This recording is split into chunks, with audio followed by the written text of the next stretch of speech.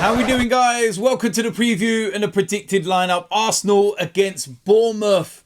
Early kickoff on a Saturday, but you're not seeing us moaning about it like Jurgen Klopp. But listen, at the end of the day, we've had a nice week's rest. It's something of a luxury when you think of how many games we've been playing of late. But I certainly wouldn't have minded being in a Champions League semi-final match in midweek.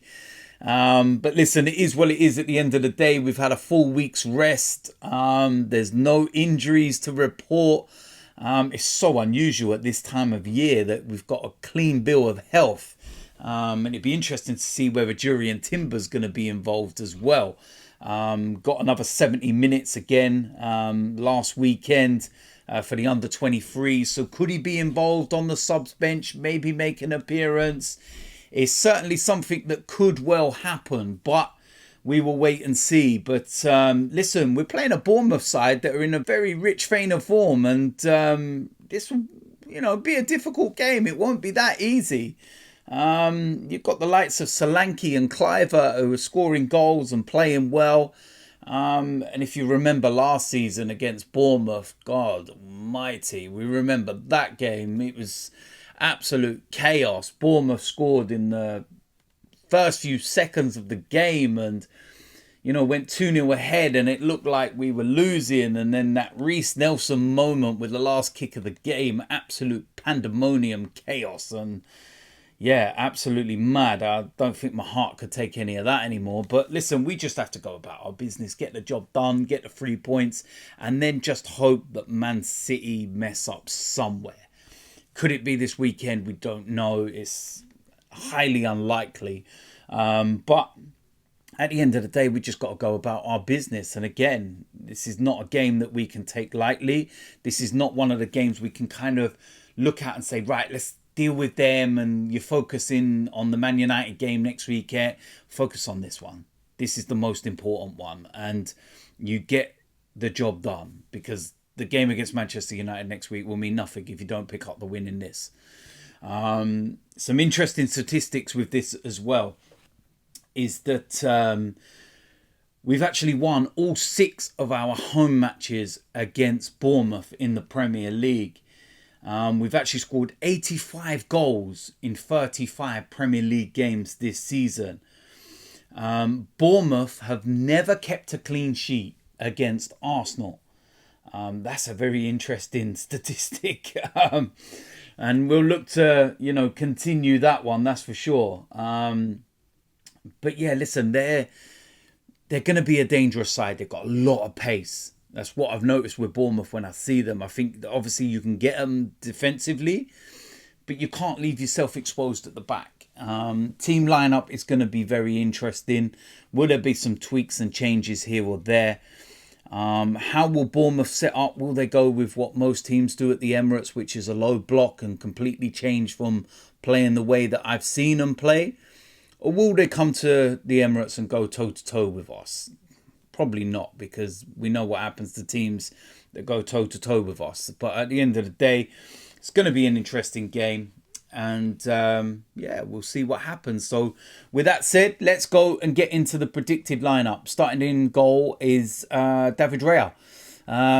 His mistake last week doesn't change, because the one thing I will say is that after he made that mistake, he was absolutely exceptional. The way he was dealing with crosses, handling everything was just superb. Goalkeepers make mistakes. This was a big one. But it didn't come back to bite us in the backside. And he goes in goal. Right back, Ben White. Seems that we've been talking about him a lot this week, or everybody else has been talking about Ben White.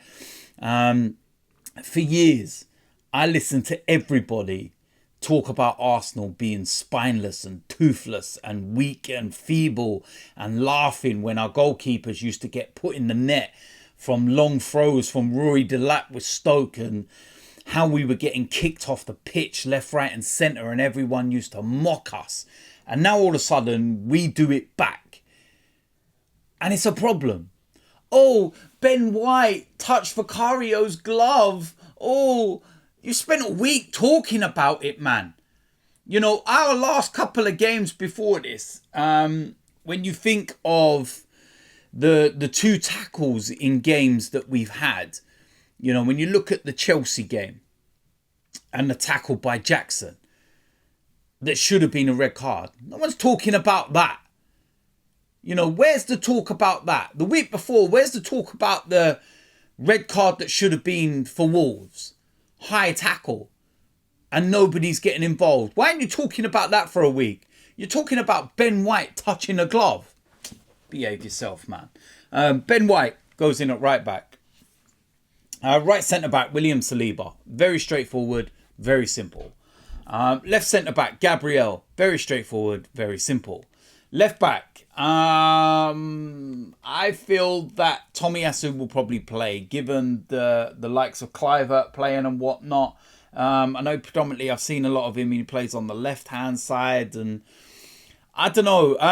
I just feel that possibly Tomiyasu will play this game. I just feel that that's what Mikel's going to go with. That seems to be his preferred person on that left-back role, not Zinchenko. So, yeah, it's very simple.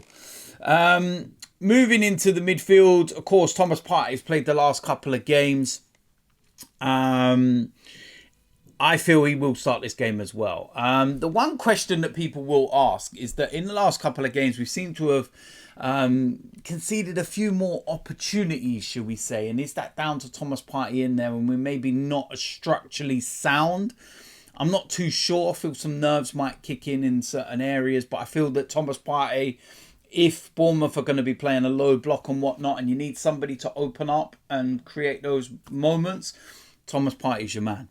On the right-hand side will be Bukayo Saka. Very straightforward.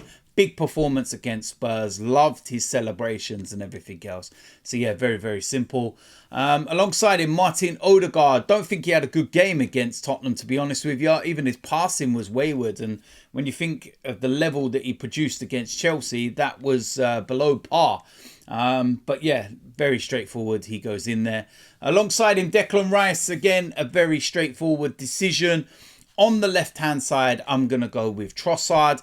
I don't know what's happened to Martinelli, but he's not performing at all. And Trossard will go there for me. Up front, as the main striker, false nine, whatever you want to call it, I'm going with Kai Havertz.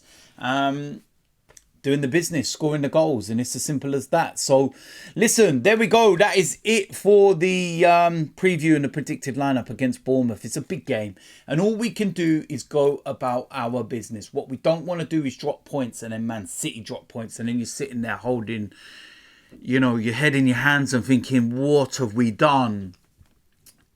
Go about your business, get the wins that are needed, and if at the end of the season you win your last 3 games, and it's not enough and Man City win the league, you hold your hands up and say, fair enough. But what you don't want is just to lay it on a plate for them. It's not what you want at the end of the day. So go about your business, get the job done, get the 3 points, and we will see what happens. Because football is a funny old game, and we never know what happens. So listen, that's it. Watch out for the match reaction.